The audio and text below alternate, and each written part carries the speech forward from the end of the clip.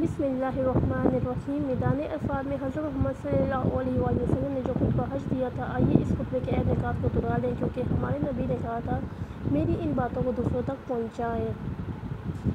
اے لوگو سنو، مجھے نہیں لگتا کہ اگلے سال میں تمہارے درمیان موجود ہوں گا۔ میری باتوں کو بہت غور سے سنو اور ان کو ان لوگوں تک پہنچاؤ جو یہاں نہیں پہنچ سکے۔ اے لوگو، جس کا یہ آج کا دن، یہ مہینہ، یہ جگہ عزت و حرمت والے ہیں، بالکل اسی طرح دوسرے مسلمانوں کی زندگی عزت اور مال حرمت والے ہیں، تم اس کو چھین نہیں سکتے۔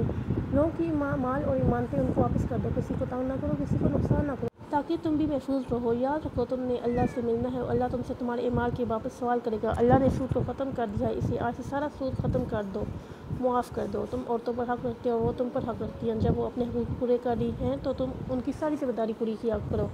عورتوں کے بارے میں نرمی کا رویہ اختیار رکھو، کیونکہ وہ تمہاری شراکت دار ہے، بے لوث خدمت گزار ہے، کبھی زنا کے قریب بھی مت جانا۔ اے لوگوں، میری بات غور سے سنو، صرف اللہ کی عبادت کرو اور 5 فرض نمازیں پوری رکھو، رمضان کے روزے رکھو، زکوٰۃ ادا کرتے رہو، اگر استطاعت ہو تو حج کرو، زبان کی بنیاد پر، رنگ نسل کی بنیاد پر تعصب میں مت پڑ جانا، کالے کو گورے پر، گورے کو کالے پر، عجمی کو عربی پر، عربی کو عجمی پر کوئی فوقیت حاصل نہیں، ہر مسلمان دوسرے مسلمان کا بھائی ہے۔